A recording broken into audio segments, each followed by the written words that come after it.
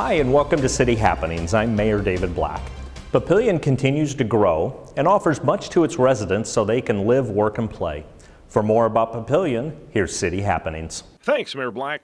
The Sarpy leadership class helped spawn some great ideas for the betterment of the county. One of those ideas is the Veterans Garden at the Nebraska Veterans Home. Our fire chief is part of that project. Part of that is to come up with an idea for a project. And probably most of the groups through the course of time have developed the ideas and handed that off to the organization that the idea affects and let it go at that. Our group happens to have, well, everybody but me, I would say, really go-to people, and they decided that not only were we going to come up with the idea, but we're going to do the fundraising and we're going to see the project all the way through. And I kind of went along kicking and screaming. No, it wasn't that bad. The women in the group, there's 3 women and myself, very motivated, very much doers, and they provided most of the motivation to actually see this through. So it's been, whereas most groups, as soon as the Leadership Sarpy program is done at the end of that year, their project is done, they don't have anything to do with it anymore. We're going on 4 years now working on this project. We've had fundraisers, we've solicited donations, we've got somewhere in the neighborhood of about $35,000 raised at this point. Ultimately, we want to get close to about 150. A good chunk of that 150 is a perpetual fund. We know the Veterans Home doesn't have the budget to necessarily support the maintenance on the garden. So we want to set aside a cash supply that they can draw from for maintenance on that. So we don't want to leave the garden and then it's up to them on maintaining it. We want to provide the means for that maintenance as well. So it's a high price tag. And we're hoping now that we have the groundbreaking that'll generate new interest in the project. And we've got a line on some larger donations now that we've shown that, yeah, we're willing to stick this out and we've got a good chunk of money raised. So it's not a project that's going to disappear. Many times firefighters and police officers are lumped in with the military as far as defending our way of life.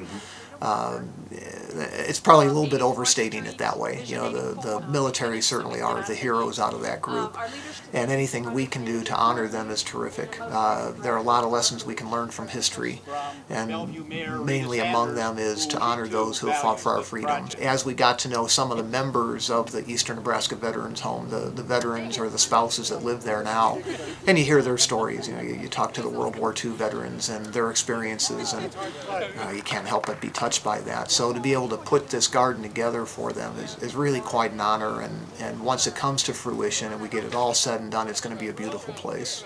A local senior living complex, Trinity Village, does so much for its residents. One of those is live entertainment. A duo calling themselves the Arthrighteous Brothers perform regularly. How did 2 guys from the British invasion rock and roll era come upon doing our parents' generation's music? We kind of decided what kind of music we could play that we knew, and we kind of decided on, the music we used to listen to in the back seat of the car that whoever dad was driving that we had to listen to. And we said, we'll never listen to this music when we get older. But the thing is, all that music is up here now as a result. So we know the Al Martino songs, we know the Frank Sinatras, the Dean Martins, and that's pretty much kind of the I guess the core of where we aim for. We don't do the big band stuff. That's a little too much for us. But things from the 50s and the 60s, early 70s even yet too, that played on MOR radio, KFAB when they used to play music yet. If they played on KFAB, that's a good indicator if we're going to do it.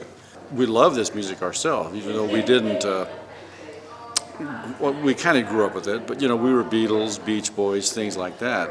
This music was always in the background, and it's funny to play it now and to get such a great response and to realize what great songs these are. Just amazing songs. Sometimes you don't always know if they really like you, but they'll come up at the end and say, thank you, that brought me back to such and such, or the one lady came up and said, oh, when I heard that Eddie Arnold song, my son used to play that on the piano, and I just love that. And she was showing tears, and you're not trying to make them get emotional, but it brings out emotions and memories. The music, it's like a kind of a time machine. It brings back memories, and they really do seem to appreciate the music. Playing rock and roll, you play, I guess, just the basic chords. There's a lot of, I don't know if you call them jazz chords, which we weren't familiar with as much because of the background we played, but major sevenths, stuff that, we didn't have before. But now we play fingerings that, oh, that's how that goes. And it's just so much fun. There's a new way to keep local veterans informed. It's a new magazine called The Link. Well, it's very important that we communicate with our veterans because they need to know what benefits that they have. They need to know what services that we provide through the VA healthcare system. And really, more importantly, we need to be able to talk to them about what's going on. Because one of the things that's happened in the past is the VA hasn't always been real well about communicating. And so this is a great opportunity to take it to the next level. The Link basically is a monthly magazine. It provides an information tool where we can not only talk about the benefits and services of the VA healthcare system, but it also features some of the things that our employees are doing. There's a lot of great employees, a lot of great programs, and they also need to be recognized for their service to our veterans.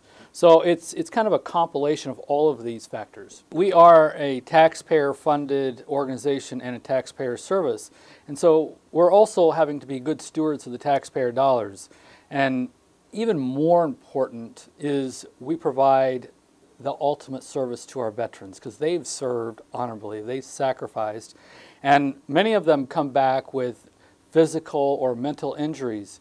And so it's really important that they understand what it is that we do for them. But you're talking a little bit about like the canteen service and the high quality and the award. Well, for instance, they won 3 years in a row this year. There's a lot of things that Nebraska-Western Iowa healthcare system is doing that is setting a benchmark for the rest of the VA. And so our veterans need to know that they have the best VA healthcare system out there.